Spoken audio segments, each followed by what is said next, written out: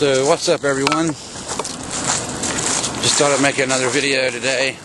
Those of you who keep up with my videos know that I did a taper, I guess. I'm taking my Xanax. I'd only been taking it for 3 weeks. A very small dosage, 0.5 milligrams. Broken up into 4 pieces, taken throughout like about a 12 or 16 hour period. And even at that low dose, I am noticing some withdrawal symptoms. Nothing major. Headache a little bit. Kind of clumsy. Not real bad, but noticeable. So, anyway, I been reading this book here. And you see, Hope and Help for Your Nerves. And I didn't want to comment on it until I had actually done some decent reading on it. I'm about halfway through. It's a really good book. I highly recommend if you have anxiety or panic attacks, agoraphobia, social phobia. It's definitely worth a read. It's a great little book. It's like $7. It's a little paperback. My shrink recommended that I read it, and I'd seen high reviews of it all across the internet. So, but yeah, I've got this attached to my camera attached to my tripod, and kind of holding it in my against my lap here. So if I keep turning sideways or something, you know, it's kind of neat. Who knows? Maybe I'll go sideways or upside down or something. But anyway. I just want to give a quick update of what's going on with me and my life, and see all around me here. I'm in the field across from my house. I'll walk back in the woods, I guess, and keep talking. But yeah, I've been thinking about disability. I know a couple of the videos I watched. Sullen Girl has been having some problems with her disability, and it got me thinking. You know, I mean, mental health care in America absolutely sucks. It's absolutely horrible. There's a lot that needs to be done with the mental health care system. You know, it got me to thinking. I'm in a pretty good position, thank God. The only bill I've got is my car payment, and I managed to make enough to get that. So, and I do see a state health worker, psychologist. But beyond getting that little bit of help, it's extremely hard to get any kind of disability, and it's kind of frustrating. I know many people have tried it and you get turned down on the first time, and many people don't, you know, appeal it, which is, from what I understand, that's the thing to do. Not file again, but appeal. I think it's within 6 months, I think. It is in North Carolina anyway. So I'm thinking I'm going to do that.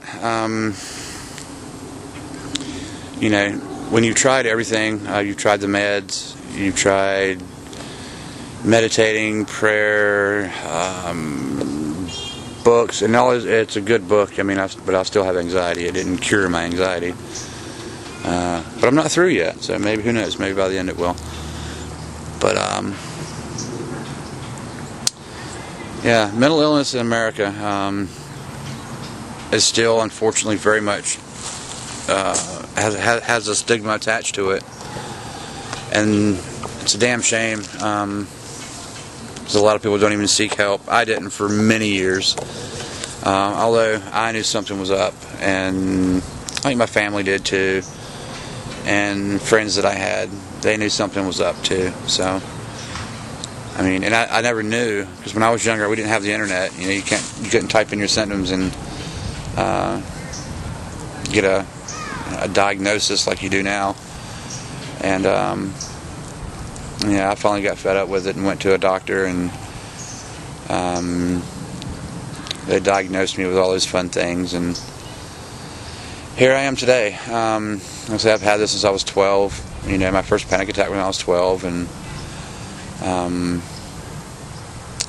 I'm older now. I won't tell you how old I am, but I'm a little older than 12 now. And it's been hell. I mean, I ain't gonna lie about it. The Xanax did help for a little bit, but it's a short-term patch for a long-term wound, you know.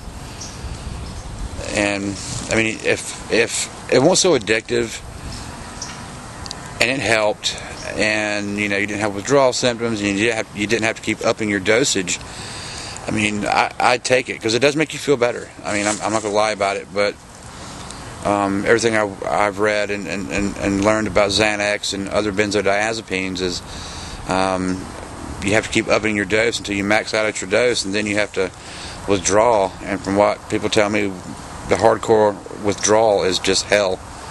They say it's harder than heroin to kick. And I've never been a druggie, so I don't know. I was never much of a drinker in high school. Drank a little bit, smoked a little pot every once in a while. You know, I tried cocaine. That didn't make me sneeze. So I never got into drugs, and I still don't like them. But I was so desperate to find some relief from the constant, you know, just the constant misery. But anyway, I just wanted to do a quick update. I'm going to go grab something to eat. It's too nice a day to sit in the house. It had been really cold here the past few days, and now it's up to like 65, I think. It's a beautiful, let's see if you can look behind me here. Beautiful blue sky. So I figured I'd come out here and take a little walk, and maybe some fresh air would help my headache. And it has helped. So back to the house I go. Well, anyway, everyone, thanks for watching, and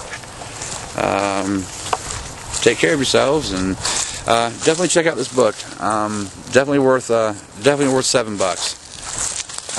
Definitely worth a read. It's nice to know that some people do understand, you know. So, all right, here's my sitting log. I don't know if you guys can see that. I'll show you that. That's the log I always sit on there. Out here in the woods and relax. On the edge of the woods, anyway. But you got to be careful. I think there's a couple of snakes that live back in there. But, all right. Well, everybody take care of yourselves. Remember that a panic attack ain't gonna kill you, although it might feel like it. And it'll soon pass. And that's one thing she talks about in this book, is sort of embracing the panic attack and not letting it get to you, which is easier said than done. But I think most of us are willing to try about anything just to be normal, to live a normal life, to do things everybody else does, you know.